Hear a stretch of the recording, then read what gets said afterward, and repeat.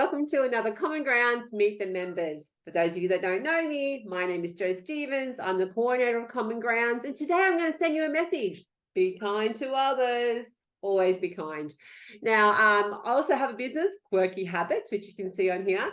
That's all about, finding your identities, those emotional habits that take over and blow our minds up, and we just stuff everything up sometimes because of our emotional habits.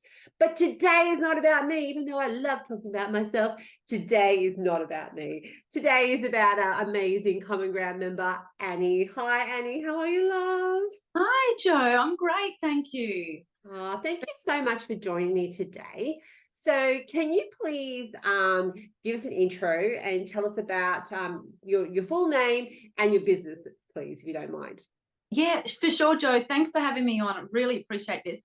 I'm Annie Burns, and my business is ItzaChoice Essential Services. What do I? What is that? Yeah. Well, to put simply, I actually give people options that can impact their financial future.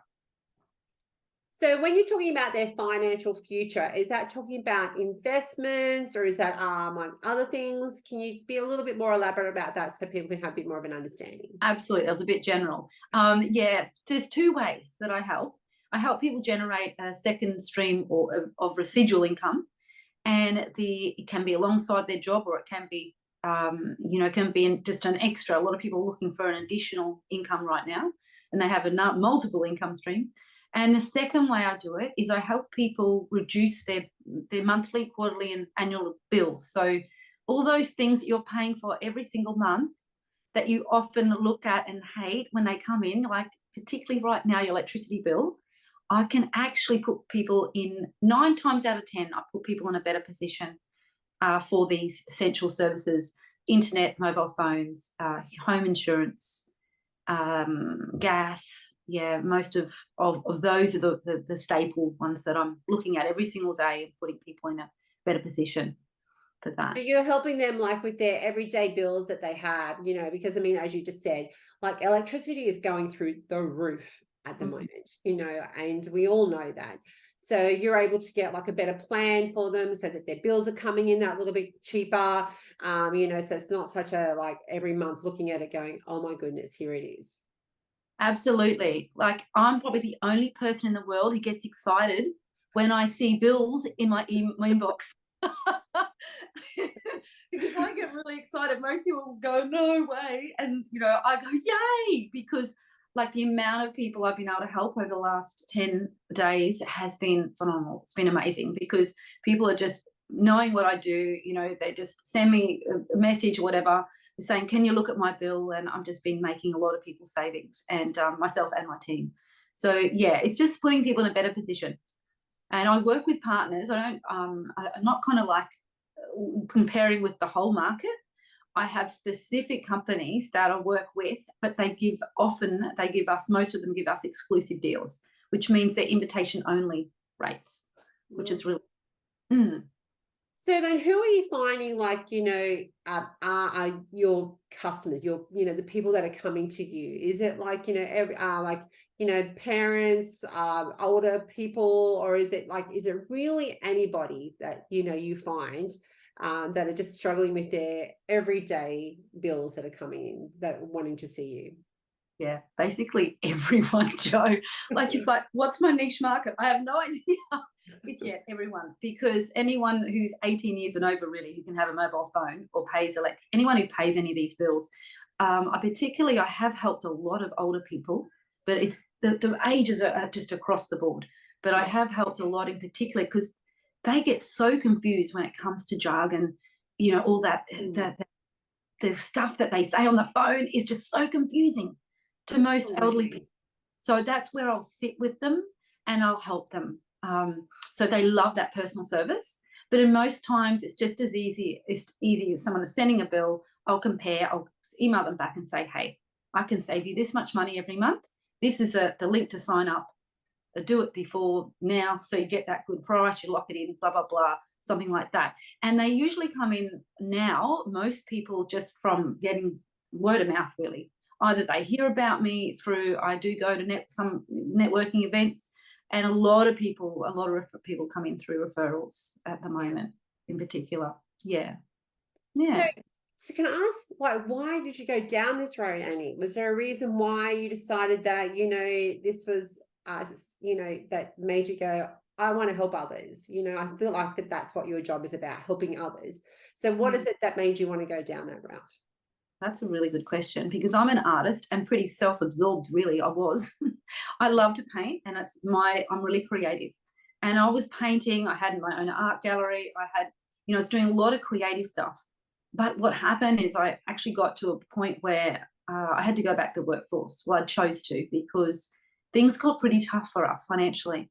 And it was just, the fun went out of running an art gallery.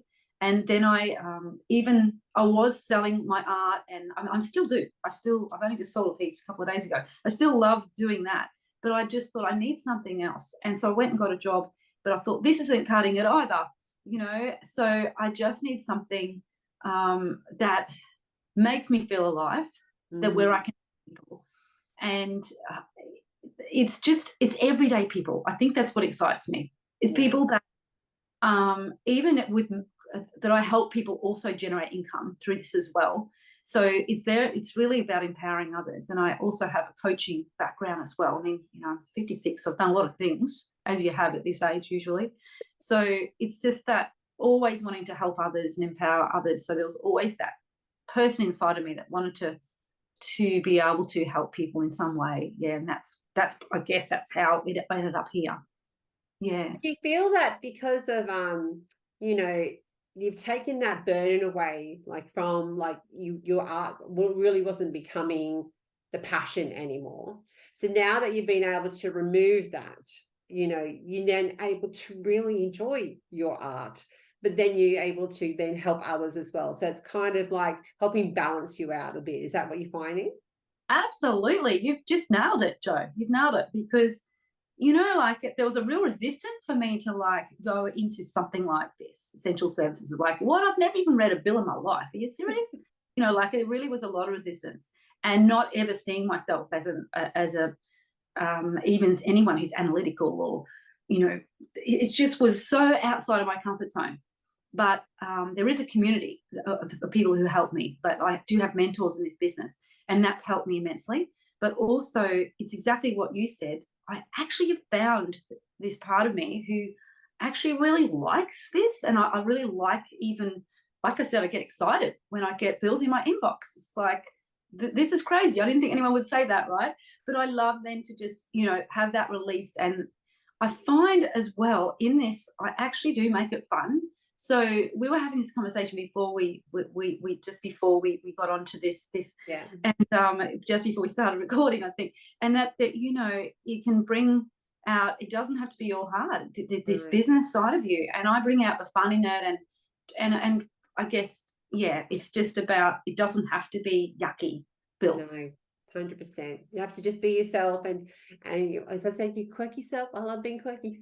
Yeah, that's it. I think it's about embracing that, and then that comes out in what you do in your life. It really does changes everything once you be able to embrace yourself, and you love life. You love your job a lot more, and you be able to be that more creative side, and be that creative person that obviously that you are. So it's being able to embrace that a lot more. So that's fantastic. Yeah. Now, Annie, can I ask you, do you have a quote or something that is your go-to every day? Today, I'm up out of bed today. This is what I'm going to do, to step into your greatness. Do you have something that you tune into? Wow, that's a really cool. That's putting me on the spot. I'm just trying to think. Oh gosh, it's awareness would be probably my answer there.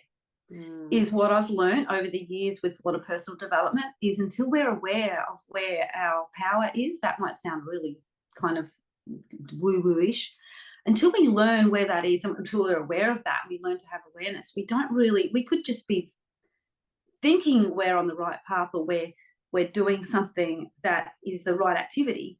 But if you actually just come from your heart every day, that's the biggest thing. Is I just, when I wake up, I'm grateful, think about what I'm grateful for. And I don't usually do that really, like I don't have this system. I'm just not a systems person. I'm random. I'm a random person, right?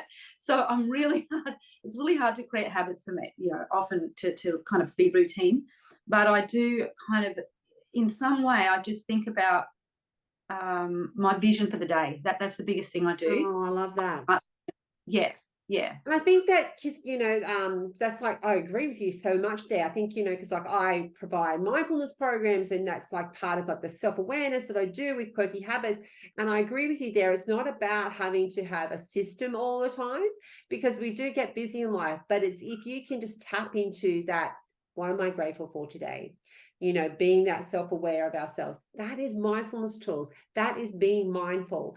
And that is like, where you can step into being your true self. So, thank you so much for sharing that with us, Annie. I love that, because it was just like you're talking, like saying what I do. So I was like, oh, I love that. That's awesome. Oh dear. Look, Annie, I've really enjoyed this conversation that we've had today. Now, of course, I'm going to be sharing this, and I'll add all your links. But what is the best way for people to find you? Do you have a website, or is a Facebook page? Which is the best way to find you? Yeah, I do have a website, but it's better to chat to me.